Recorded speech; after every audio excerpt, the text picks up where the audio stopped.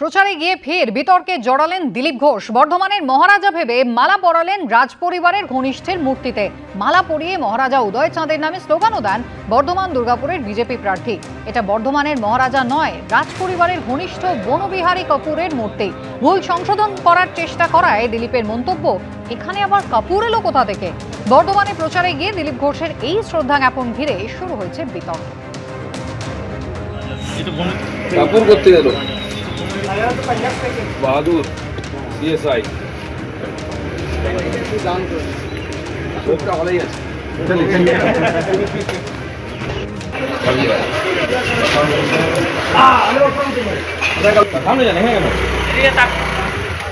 वाह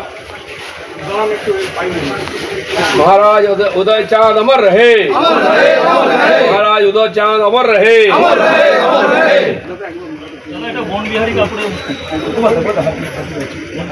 Banabihari Kapoor thank you.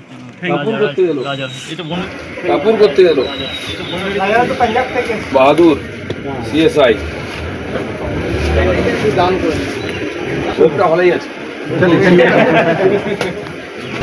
ভাওতাবাজি করা হচ্ছে, মানুষকে ভুল বোঝানো হচ্ছে। মমতা বন্দ্যোপাধ্যায় বারবার সিএএ নিয়ে মানুষকে সতর্ক করেছেন। মতুয়াদের কাছে তিনি ভোট না দেওয়ার আবেদন জানিয়েছেন বিজেপিকে। কেন্দ্রীয় জাহাজ প্রতিমন্ত্রী শান্তনু ঠাকুর রয়েছেন আমাদের সঙ্গে টেলিফোন লাইনে। শান্তনু বাবু, মুখ্যমন্ত্রী মমতা বন্দ্যোপাধ্যায় ফের সিএএ নিয়ে সরব হয়েছেন। তিনি বলছেন নাগরিকত্ব কেড়ে নেওয়ার জন্যই এই সিদ্ধান্ত নেওয়া হয়েছে এবং এই উদ্দেশ্যেই কিন্তু একজন সেন্সাসের লোকও রাখা হয়েছে। নাগরিকত্ব দেওয়ার জন্য নয়, উদ্দেশ্য এর পরবর্তীকালে ডিটেনশন ক্যাম্পে নিয়ে যাওয়া হবে মানুষকে। দেখুন, রাজ্যের মুখ্যমন্ত্রী মমতা বন্দ্যোপাধ্যায় উনি নিজে পুলিশ মন্ত্রী। সেখানে ওনার যখন সিআইডি পাসপোর্ট ইনকোয়ারি করেন তখন 71 সালের আগের দলিল চান। আবার অপোজিট সাইডে উনি পলিটিক্যাল প্ল্যাটফর্মে দাঁড়িয়ে বলছেন ভোটার কার্ড আধার কার্ড থাকলে আপনি নাগরিক। তাহলে ওই পাসপোর্ট ইনকোয়ারির সময় ভোটার কার্ড আধার কার্ড দেখিয়েই তো আমরা পাসপোর্টটা পেয়ে যেতে পারি। 71 সালের আগের দলিলটা কেন চাইছেন উনি? ওনার ডিআইডি কেন চাইছেন এই কারণে যে 71 সালের পরে যারা এসছে, ইন্দিরা গান্ধী এবং মুজিবরের চুক্তি অনুসারে কেউই ভারতবর্ষের নাগরিক নন। কারণ ভোটার কার্ড আর রেশন কার্ড দিয়েছে স্টেট গভর্নমেন্ট, বাট ইস্যু সেন্ট্রালের যে আমাদের সংবিধান রয়েছে, সংবিধানে তো শেখ মুজিবরের আর ইন্দিরা গান্ধীর চুক্তি অনুসারে যাবে নাগরিক।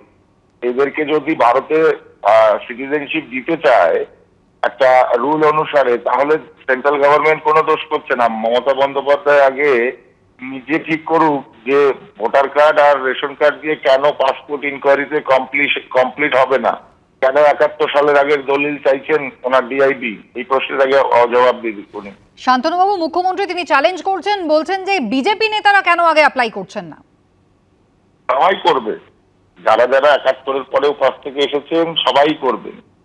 সবার জন্য তো সিটিজেনশিপ নয় যে কোনো সাধারণ ইন্ডিয়ান পার্সনের সিটিজেনশিপ অ্যাপ্লাই করতে হবে এরকম নয়। উনি রুলটাকে আগে ভালো করে দেখে নিক যে উনি কোন কারণে 71 সালের আগে দলিল চাইছেন পাসপোর্ট ইনকোয়ারিতে। সেটাও তো সেন্ট্রাল গভর্নমেন্টের ওই শেখ মুজিবর এবং ইন্দিরা গান্ধীর চুক্তি অনুসারে। উনি তো আর অফিসিয়ালি কোনো কিছু ডিনাই করতে পারছেন না।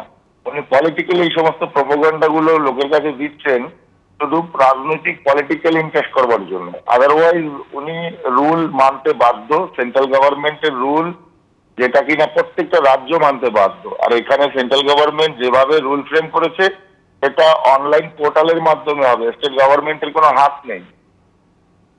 ধন্যবাদ।